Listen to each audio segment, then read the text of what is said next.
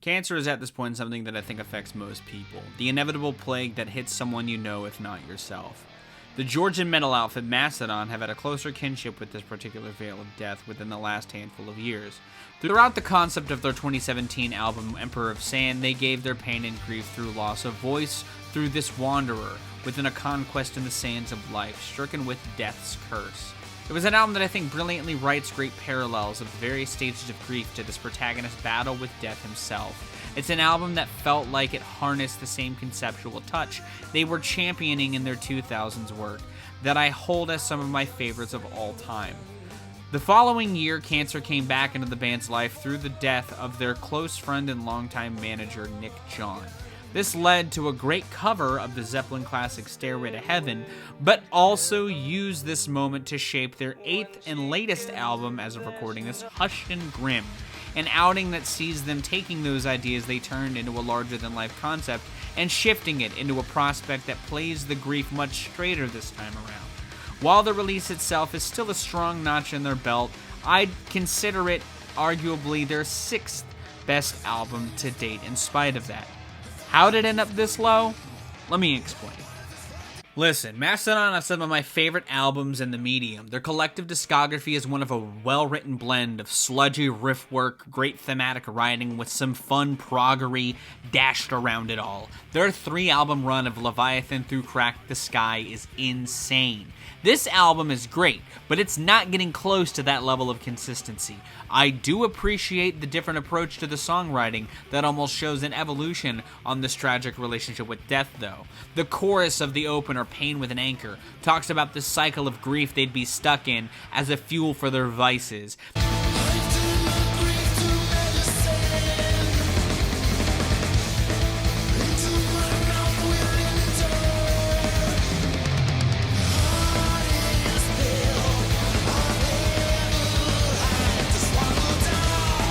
It sets this tone that feels less at a war with death and more tired of its lingering presence in their lives. There's more of a tone of depression that consumes the air.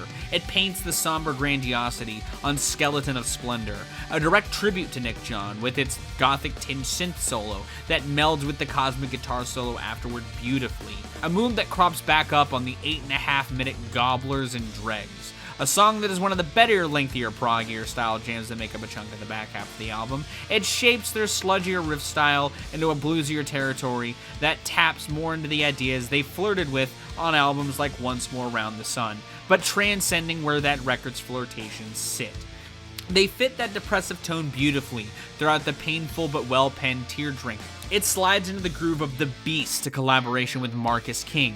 His bluesier style really cements the sonic pivot it leads with gracefully before the proggier atmospheric ideas fill in the drug abuse-laced lyrics that code the back half, giving the Vices this burden the title would evoke. While we're on the subject of things that it does better than Once More Around the Sun, even if I like that album for what it brings together with a melding of their catchier ideas they were exploring on The Hunter into the realms of sludgy proggery, Hushed and Grim's melody work is just better.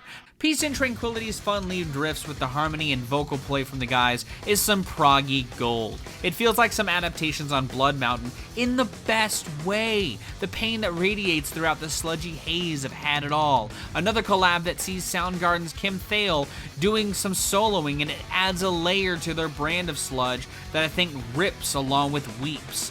Savage Lands is a track that has a catchy chorus that cuts through the propulsive grit with splendor. Even if I'm about to talk about some of my problems with it, the way this album's themes really carry it almost as strongly as it did on Emperor of Sand. Even if I like that album a decent chunk better than this, I love that by the time Gigantium comes to around the bend through its psychedelic tinged edge, sends Nick John to the mountains in the sky. You see the band in a state of grief, but one hopeful of the future still, which for Mastodon is something. With that being said,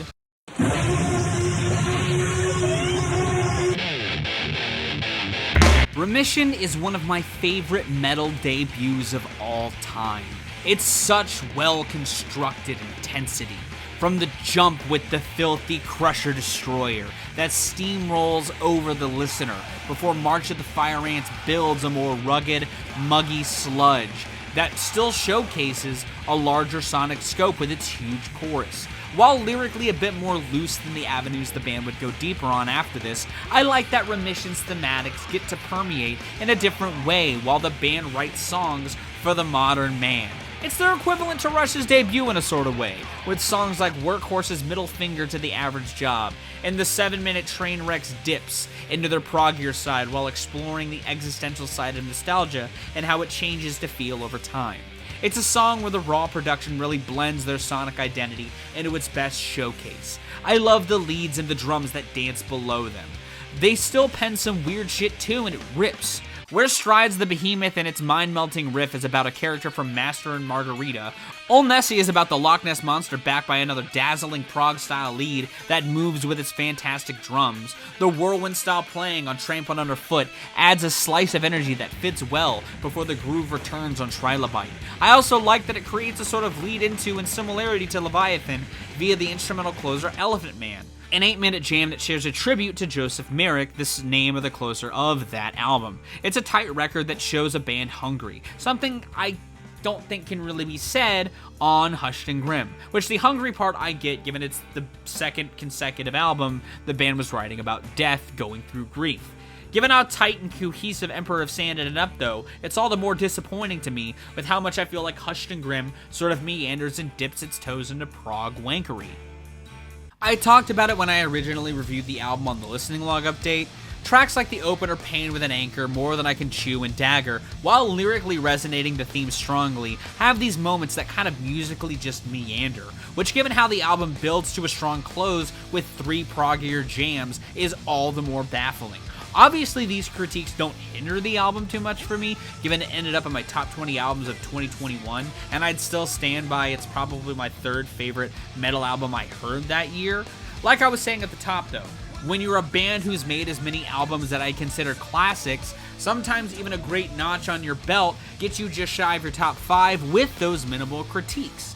With that in mind, I'm going to bring this video on Mastodon's Hushed and Grim to a close. Thank you again so very much for watching. Do you like this album? Do you like it more? Do you hate it more than I do? Let me know your thoughts on it and where you'd put it in the Mastodon discography in the comments down below. If you did like it, give it a like. If you want to see more, consider subscribing. I drop 2 to 4 vids a week depending on what I've got going on. We are deep within the dirges of October, and next week is going to be another dense one with some interesting twists thrown in there as far as the scheduling is considered. Either way, thank you again so very much for watching. I'm gonna go. I've been Viral Rack. You guys will get these lots of situations, and I'll see you another day. Also, this is going to be the only Castlevania content I'm going to be dropping this year in October.